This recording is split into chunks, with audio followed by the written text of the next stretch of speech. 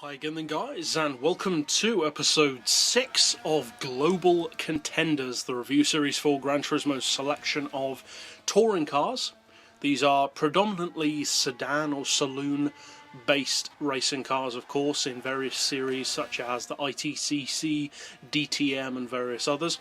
And in this particular pick we're featuring one of the most popular cars in the touring car category, especially within the DTM category. Not difficult at all to see why.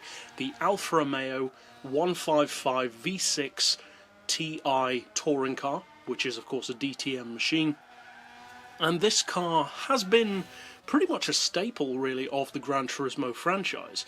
I'm not sure if it was on the first game, but I know that it was featured on Gran Turismo 2, and when I was very young playing that game, around 6 or 7 years old, I used to refer to this Alfa Romeo as the car with steps on the front, because I wasn't a very bright child.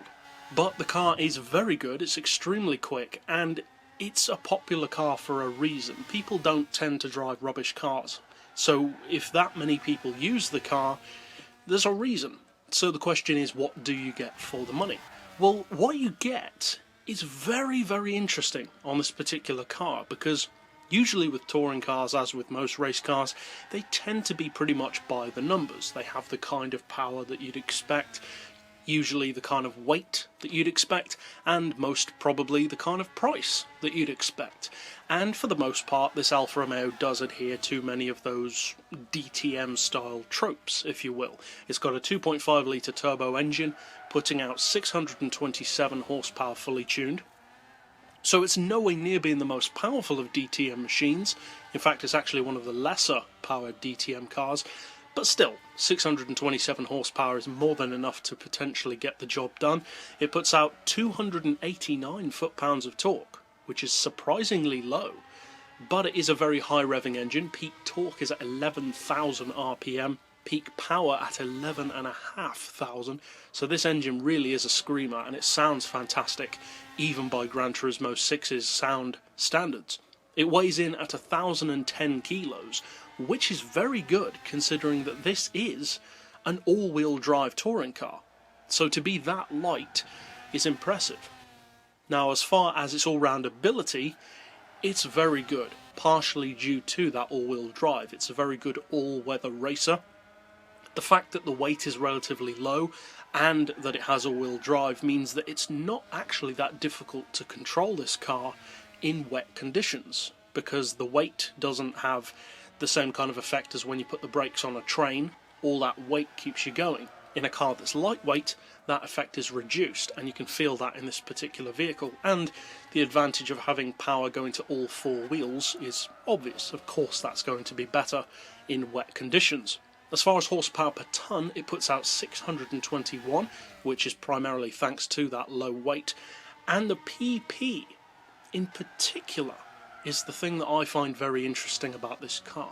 There are certain cars on the game which arguably have a higher PP than they should. I call it the Red Bull Junior syndrome. There are, however, others which have a lower PP, not necessarily than they should have, but than you'd expect. And I consider this to be definitely one of those cars, because despite having 627 horsepower and only weighing 1,010 kilos plus all-wheel drive, this car's maximum tuned PP is only 584. That's not very high for a DTM touring car. You compare that to something like the Mercedes CLK touring car, that's around 50 pp lower. That is a huge difference.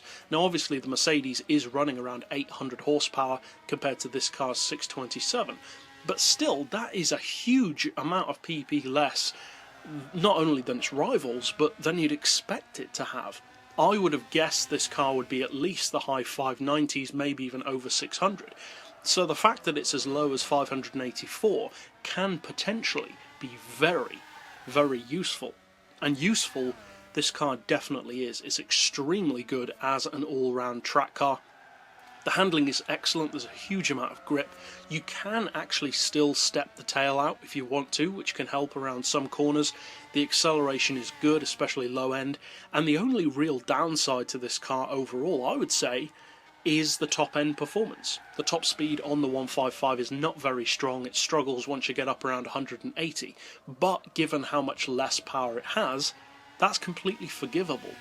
Now, coming to the price, being especially a historical DTM car, as you'd expect, it is a little bit more expensive than some. It costs 1.25 million. So there are certainly touring cars that are on paper faster than this for less money, but if you're looking for a real touring car, one with a huge amount of historical significance to the Gran Turismo franchise, is a really enjoyable car from every angle.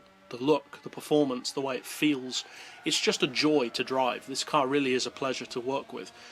And if you're looking for that kind of overall package, but not necessarily the strongest of top speed, as I said, then this is a great car to go for. It's a dependable, highly competitive, and also very popular choice of DTM car. But it's popular for a reason. It's really good. But that's it overall for this particular pick. I'll see you guys next time. And as always, thanks for watching.